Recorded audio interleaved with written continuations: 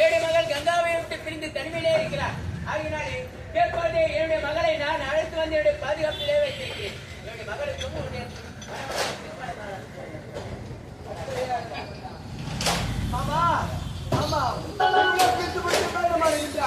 என்னுடைய தலையில் இந்த கங்கையும் அந்த ஜெயமகன் திரும்பிட்டு போயிட்டான். நான் மட்டும் எப்படி தனிமலை வாழ்வது? அப்பையா என்னுடைய மகள் என்னுடைய பாதுகாப்பிலே இருக்கிறாய். அழைக்கு மகளே கங்கா.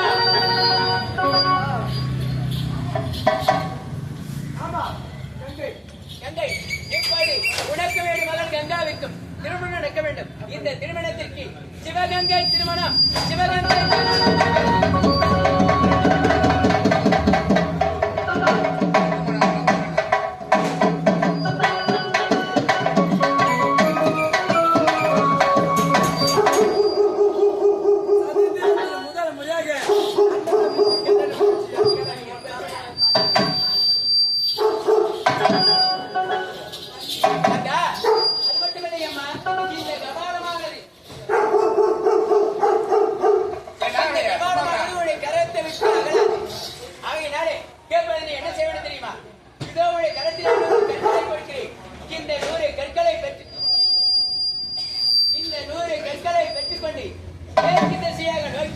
ஒவ்வொரு கற்களாக வீசிக்கொண்டே செல்ல வேண்டும்.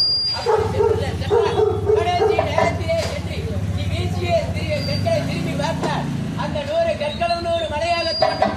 அந்த இடத்திலே ஈசானி மூலையிலே பட்டப்பாரிலே பல்லாந்த கோலத்தோடு நீ படுத்திருக்க வேண்டும். அந்த இடத்திற்கு வேல் மலையனூர் அங்காள பரமேஸ்வரி, வேல் மலையனூர் அங்காள பரமேஸ்வரி என்று பெயர் விளக்கம். அது மட்டுமல்லையம்மா, நீ தனிமையிலே இருக்கின்றோம் என்று கவலைப்பட வேண்டாம். நானும் உன்னுடைய கணவனும் உனக்கு என்றென்றுமே இடைவிடாமல் அன்பை சிறப்பாட்டற்காக உனக்கு துணையாக இருப்போம். அது மட்டுமல்ல, உன்னை காண வரும் பக்தர்கள் அனைவரும் ஆடு கோழி நன்றி என்று உதிரவழி கொடுப்பார்கள். அதுக்கு கொடுக்கக்கூடிய உதிரவழியை இருந்து உதிரமானது ஆறாக பெருக்கெடுத்து போகும்.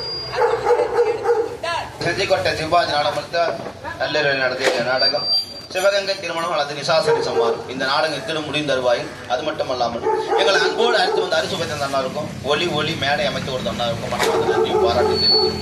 அது மட்டுமல்லாமல் இங்கே காலை தரிசனம், கடவுள் தரிசனம், கோபுர தரிசனம் கோடி புண்ணியம் என்று சொல்வார்கள். அதுபோன்று தங்கள் கையில் கிடைத்த காணிக்கை இந்த அம்மனிடத்தில் விட்டு ஆசிரியரிடம் தாய்முடன் கேட்டுக்கொள்கிறோம்.